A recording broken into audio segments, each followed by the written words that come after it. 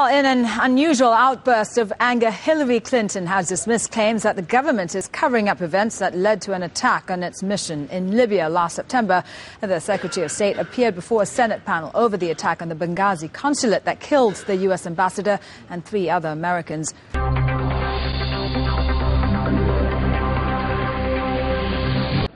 After 4 years and almost 1 million miles of international travel, Hillary Clinton's last journey to face interrogation on Capitol Hill will have been her most difficult.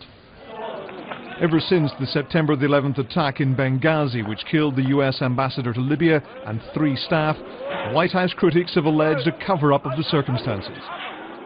The questions have only grown because Clinton's testimony was delayed by her hospital admission for a blood clot. Her voice cracked as she recalled the deaths of her staff.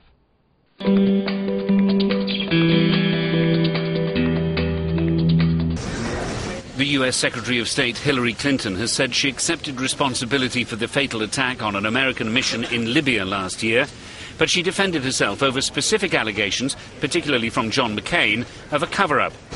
Let me welcome you. She testified to the Senate Foreign Relations Committee. Ambassador Christopher Stevens and 3 other Americans were killed in the attack. I take responsibility. In her first hearing since being sidelined by sickness, a concussion, and a blood clot, Clinton pushed back on the assertion that initially the Obama administration deliberately misled the public. And we were misled that there were supposedly protests and then something sprang out of that, an assault sprang out of that. With all due respect, the fact is we had 4 dead Americans. Was it because of a protest, or was it because of guys out for a walk one night who decided they'd go kill some Americans? What difference at this point does it make? It is our job to figure out what happened and do everything we can to prevent it from ever happening again, Senator. It makes quite a bit of difference, of course, in the context of the global terrorist threat throughout northern Africa, including now Mali and Algeria. There's no doubt that the Algerian terrorists had weapons from Libya. It also makes a difference to those Republicans convinced that the administration was misleading. I categorically reject your answer to Senator Johnson to say that it's because an investigation was going on. The American people deserve to know answers, and they certainly don't deserve false answers. We just have a disagreement. Clinton may run for president in 2016, and today she faced 2 members of the committee with similar ambitions. Republican Senators Marco Rubio of Florida and a very aggressive Rand Paul of Kentucky. Had I been president at the time, and I found that you did not read the cables from Benghazi, you did not read the cables from Ambassador Stevens, I would have relieved you of your post. I think it's inexcusable. But today also brought moments of sorrow. Just days from her retirement, Secretary Clinton twice choked up discussing the 4 Americans killed that night: Ambassador Chris Stevens, Sean Smith, Tyrone Woods, and Glenn Dougherty.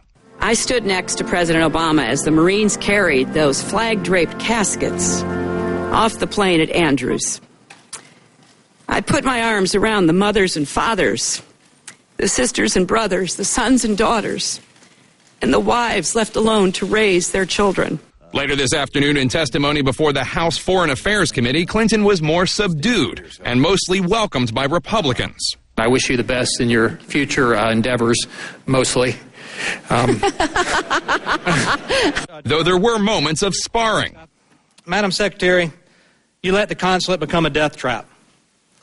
And that's national security malpractice.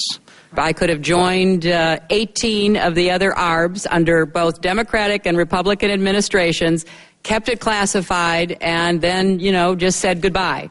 That's not who I am. That's not what I do. Clinton's larger point, that Benghazi did not occur in a vacuum, and is emblematic of the larger challenge for the United States in northern Africa. Clinton made clear her view that despite the high risk, the U.S. cannot retreat in the Muslim world, something that the late Chris Stevens knew all too well. This was the first chance for largely Republican senators to question the Secretary of State directly and in public. Senator John McCain, for one, says he got largely, quote, unsatisfactory answers.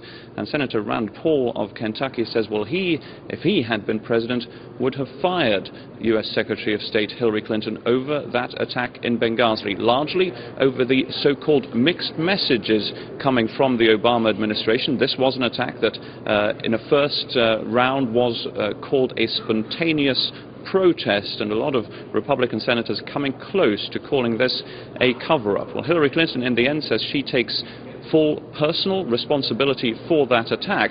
It's a final controversial act in a largely very successful stint as U.S. Secretary of State. Hillary Clinton is expected to leave her post in the coming weeks.